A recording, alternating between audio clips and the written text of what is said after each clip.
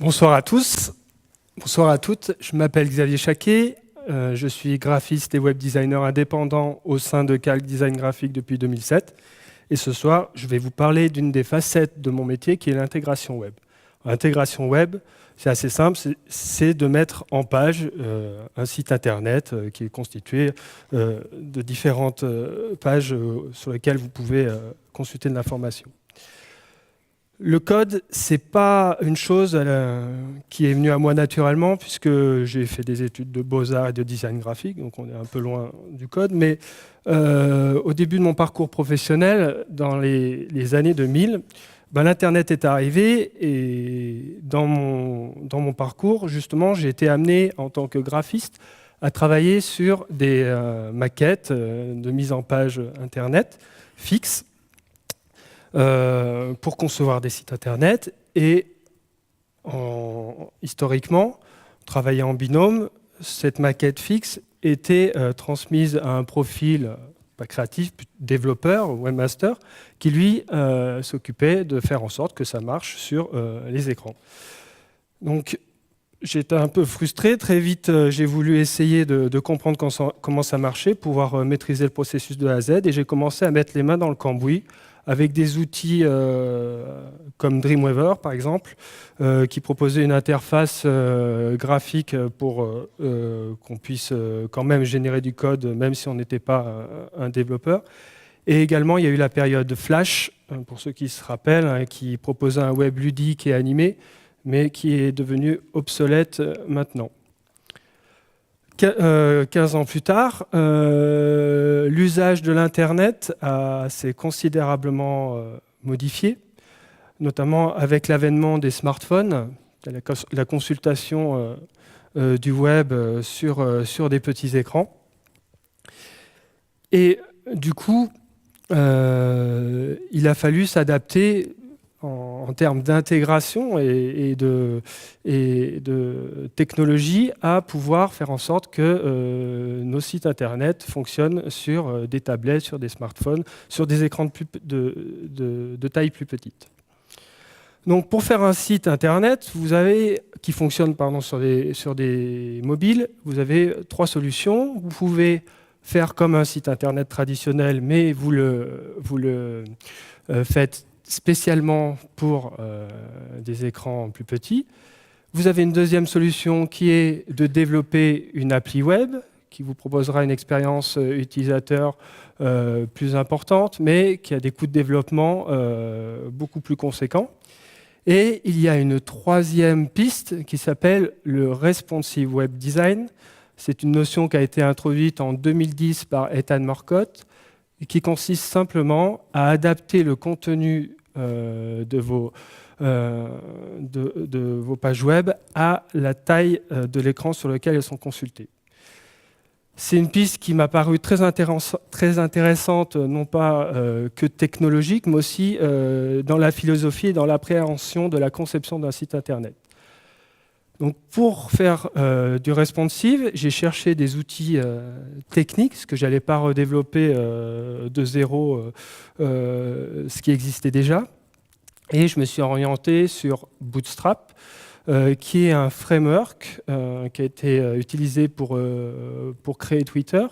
Et un framework, c'est quoi? C'est un environnement, un cadre de travail sur mon ordinateur qui me permet d'aller puiser dans différentes bibliothèques, que ce soit des fonctionnalités, des outils graphiques, des boutons, tout un ensemble d'éléments se basant sur les langages de l'Internet, qui sont l'HTML, on va dire, pour la partie structurelle, et les feuilles de style CSS qui vous permettent d'amener du graphisme et de la couleur, enfin de la typo dans les mises en page.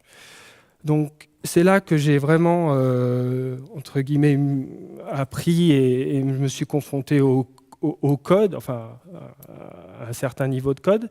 Et ce qui est très intéressant dans cet outil, c'est que dès le départ, il est configuré pour les smartphones. Et c'est vous qui ensuite décidez ce que vous allez, si vous allez le modifier pour que ça puisse être consulté sur des tablettes ou sur des écrans plus grands. Donc ça change pas mal l'appréhension de la conception d'un site internet. Historiquement, début des années 2000, on travaillait sur des écrans de petite taille, du 800 par 600 pixels. Il faut voir que maintenant, on est jusqu'à des écrans de 27 pouces. Donc on a multiplié par 5 à 6 fois les tailles d'écran. Et du coup, maintenant, avec les smartphones, on revient un peu en sens inverse et on est obligé de tout faire entrer dans des écrans de petite taille. Donc, ça a impacté conséquemment la méthodologie de conception dans mon travail. Donc, j'utilise maintenant ce qu'on appelle des zonings pour bien mettre en place le contenu rédactionnel en s'affranchissant de toute la partie graphique. Parce que sur des petits écrans, ce qu'on ne perçoit pas tout de suite, c'est qu'on a très peu de place. Chaque pixel carré est important et du coup, il faut être hyper attentif aux messages qu'on veut communiquer. Et donc, du coup, ça nécessite vraiment de travailler le contenu du site internet en amont.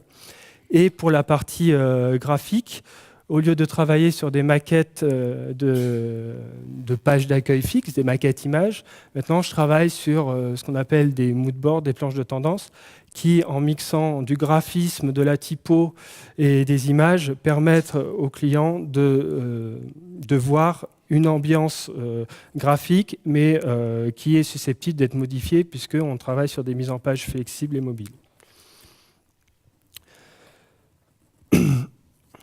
Donc,